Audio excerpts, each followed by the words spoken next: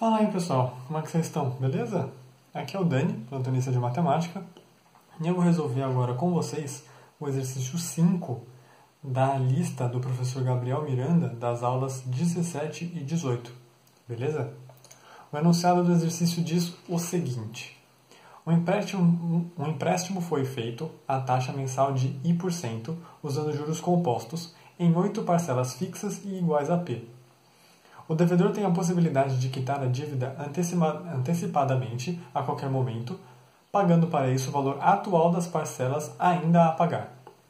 Após pagar a quinta parcela, resolve quitar a dívida no ato de pagar a sexta parcela. A expressão que corresponde ao valor total pago pela quitação do empréstimo é, e aí ele dá alguns itens para a gente escolher qual é o correto. Tudo bem? Então, o que eu fiz? Eu já coloquei aqui as principais informações do que o exercício está pedindo e que está falando para a gente. Então, a gente tem a taxa de I% ao mês em juros compostos, 8 parcelas fixas iguais a P e queremos quitar a dívida ao pagar a sexta parcela. Certo? Agora, o que esse exercício é meio esquisito e dá um pouco de trabalho? Normalmente, o que a gente está acostumado? A gente está acostumado a usar essa fórmula aqui. O montante é igual ao capital inicial, 1 mais a taxa que a gente está usando, e isso elevado a n, porque é a quantidade de vezes que a gente está indo para frente no futuro, certo? Quantos meses a gente está passando para poder aumentar essa dívida, ou o que quer que seja, algumas vezes.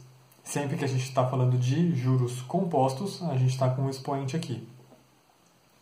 Então, o que na verdade a gente está fazendo? A gente está saindo do presente com o capital inicial que a gente tem e aí a gente multiplica pela taxa, multiplica, até chegar no montante que é um valor futuro.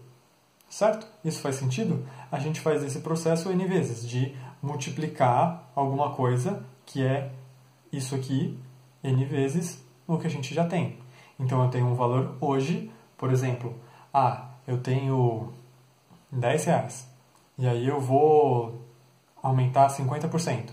Então, se eu tenho R$10, eu vou aumentar 50% disso, eu vou para 15.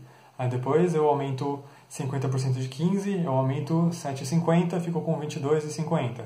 E depois eu aumento 50% disso e a gente vai aumentando, certo? Normalmente é isso que a gente faz, porque a gente sempre olha, quanto eu devo hoje, o quanto eu vou ter que pagar no futuro. Então a gente sempre sai do presente para o futuro e sai multiplicando o aumento que a gente tem. Nesse exercício, especificamente, o que acontece? A gente tem uma parcela que a gente sabe que vai pagar no futuro, e aí a gente tem que ver quanto a gente vai pagar agora de uma parcela que vai ser alguma coisa lá para frente. Então, só vou dar uma puxadinha aqui na folha para vocês conseguirem ver. E focou. Beleza?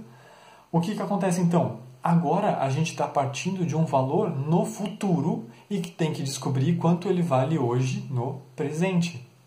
Então, se para ir do presente para o futuro a gente multiplicava a taxa, o que vai acontecer agora? Para voltar do futuro para o presente, a gente precisa tirar a taxa. E como a gente tira? Dividindo. Então, o que está acontecendo neste exercício? A gente está tentando criar a fórmula, que é o que vai aparecer nos itens, dessa divisão, de tirar a taxa de um valor que a gente já tem. Então, o que vai acontecer? O que vai aparecer para a gente? X, que é esse valor que a gente quer descobrir aqui, é o valor da parcela, certo? Porque a gente sabe que a gente tem que pagar a parcela cheia lá na frente, dividido pela quantidade de taxas que a gente está tentando tirar. Faz sentido isso? Essa é a parte mais complicada do exercício, porque a gente não está acostumado a voltar os valores, a gente está acostumado a ir. Mas se para ir a gente multiplica, para voltar a gente divide. Essa é a ideia. Então o que acontece? A parcela 6 a gente vai pagar lá normal, sem mexer, porque é a parcela do próprio mês. A sétima parcela, como ela está um mês para frente, então a gente vai colocar o N valendo 1. E a oitava parcela, como ela está 2 meses para frente, a gente vai colocar o N valendo 2. Tudo bem? Nisso, com o 1P normal, 1P sobre isso aqui elevado a 1, somado com 1P sobre isso aqui elevado a 2, dá o item A para a gente. Tudo bem? Esse exercício era, sim, a única maneira que dava para fazer? Na verdade, se a gente tivesse uma noção boa do que estava acontecendo, dava para a gente fazer por eliminação também. Se vocês olharem os itens D e E, ele tem 4 termos somando. Isso representa, isso quer dizer que a gente estaria pagando 4 parcelas.